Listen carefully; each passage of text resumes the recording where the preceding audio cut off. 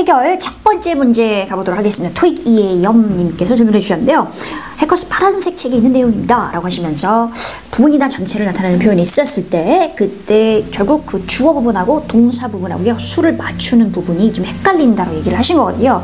그래서 예를 들어서 같은 경우 근데 이 질문은 뒤에 이렇게 두 분 정도가 더 똑같이 저도 궁금합니다 라고 달아주셨기 때문에 아마 좀 많이 헷갈려 하시는 것 같은데 같은 경우가 여러분 아시죠? 전체 모든 거 그게 주어로 나오게 됐을 때는 아무래도 전체니까 복수가 아니야 라고 생각을 할 수도 있잖아요. 그죠?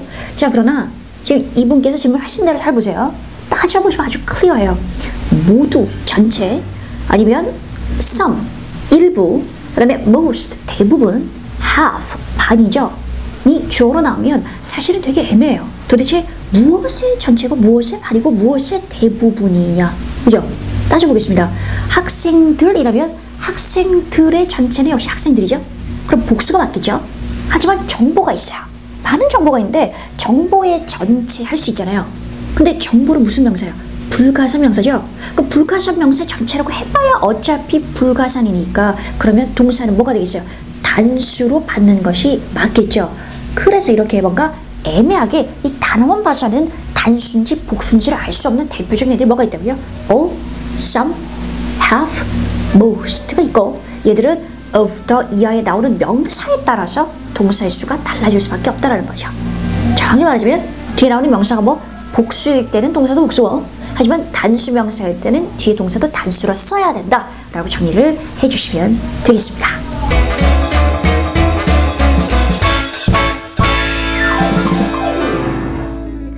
자, 두 번째 질문 해결 가보도록 하겠습니다. 궁금이님께서 질문해 주셨는데요. 선생님, 강의 너무 재미나게 잘 듣고 있어요. 너무 기쁩니다. 네, 머릿속에 쏙쏙 계속 넣어주세요. 그런데요, 이제 우시면서 항상 궁금한 건데 대부분이 어렵습니다. 즉 어떤 복잡한 형태를 보고 수동태, 능동태를 구별하는 게 어렵다라고 지금 얘기를 하고 계신 건데 그래서 having ing가 능동태다라고 이상한 공식을 이건 이상한 거예요. 이렇게 하고 계신데 자, 그래서 좀 저에게 이렇게 명령이신데요. 간단하고 정확하게 알려주세요. 그래서 간단하고 정확하게 말씀드리도록 하겠습니다. 되게 간단해요. 진짜 수동, 능동을 구별하는 것은 수동태는 어떻게 표현하죠? 비동사 뒤에 pp가 오는 거예요. 그러면 끝이 무조건 뭘로 끝나야 돼요? pp로 끝나야 돼요. pp 앞에 뭐가 있어야 돼요? 비동사가 있으면 되는 거예요. 그죠? 자, 그럼 보겠습니다. having 아니고 has been made는 능동태일까요? 수동태일까요? has been made. made pp죠? pp로 끝나죠? 앞에 been 보이죠? been 역시 비동사의 변형이에요. 그렇기 때문에 been made는 수동태입니다. 하지만 has made는 어떻게 될까요? made 역시 pp로 끝나지만 pp 앞에 비동사가 없죠? 그럼 뭐가 되는 거예요? 능동태가 되는 거예요. 되셨죠? 좋아요. 자, 그래서 여기서 지금 having ing라는 형태는 없고요. have been ing 네, 능동태가 되겠죠? 하지만 또 질문해 보겠습니다. having pp는 그럼 능동이에요? 수동이에요? 당연히 능동이 되겠죠? pp 앞에 having 즉 비동사 없으니까요. 이렇게 간단하게 정리해 주시면 될 것 같아요.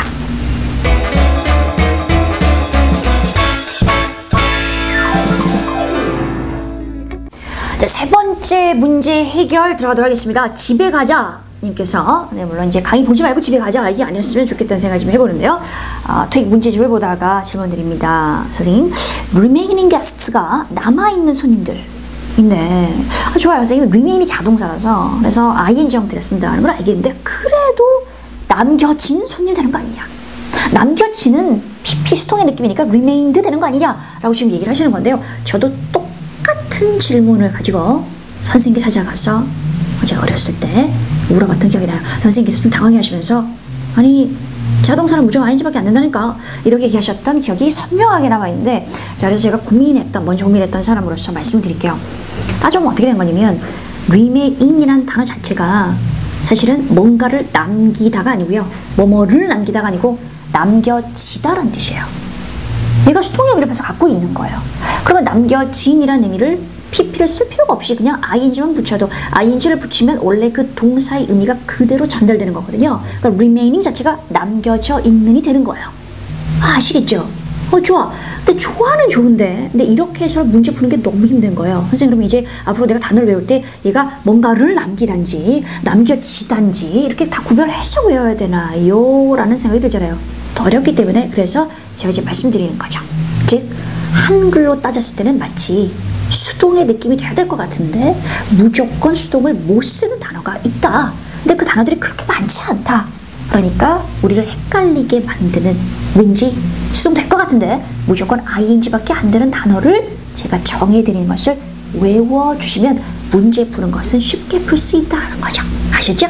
네, 좋습니다.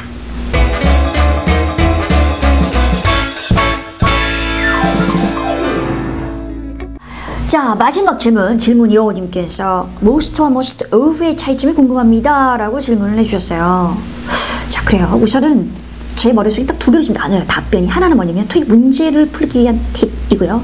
하나는 일반적인 영어에 관해서 관점에서 설명드리는 포인트예요. 그래서 제가 두 가지를 나눠서 말씀드릴 건데 우선 일반적인 영어 관점에서 말씀을 드리면 예를 들어서 제가 most people 하는 거고요.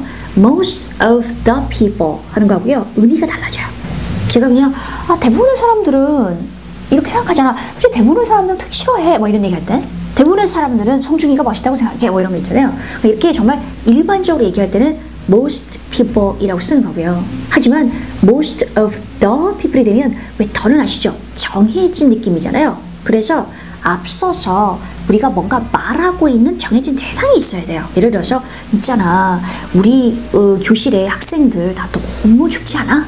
라고 하면서 그런데 그 학생들 중에 대부분이 most of the students 이 되셨죠? 그래서 뭔가 일반적인 전반적인 얘기를 할 때 하고 정해진 상태에서 대부분을 말할 때 하고 그때 달라지는 거구나 라고 이해를 하시면 될 것 같은데 중요한 건 토익이 그런 어떤 의미의 차이로 most하고 most of the의 차이를 묻지는 않습니다. 너무 어려워지니까. 자, 그러면 둘의 차이를 토익이 어떻게 보냐면 아주 간단해요. 어떻게 한다고요? most만 쓰려면 most 뒤에는 그냥 명사가 올 수 있어요. 그러나 most of 뒤에는 반드시 뭐가 있어요? 관사나 소유격이 있어야지만 그 뒤에 명사가 올 수 있다라고 생각하시면 돼요. 한마디로 most of 명사는 틀렸다라는 거죠. 그것만 기억해 주신다면 못 풀 문제는 없겠습니다.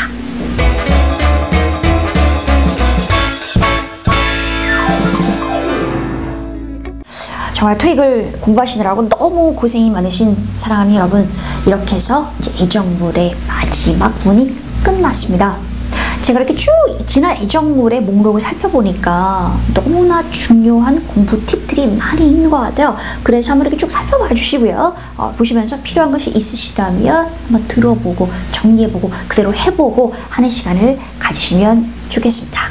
여러분, 이렇게 해서 저는 이제 애정물 마지막으로 인사드리면서요. 앞으로 또 칼럼, 더 이렇게 정비된 좋은 칼럼하고 그리고 예상 특강에서도 신나게 뵙겠습니다.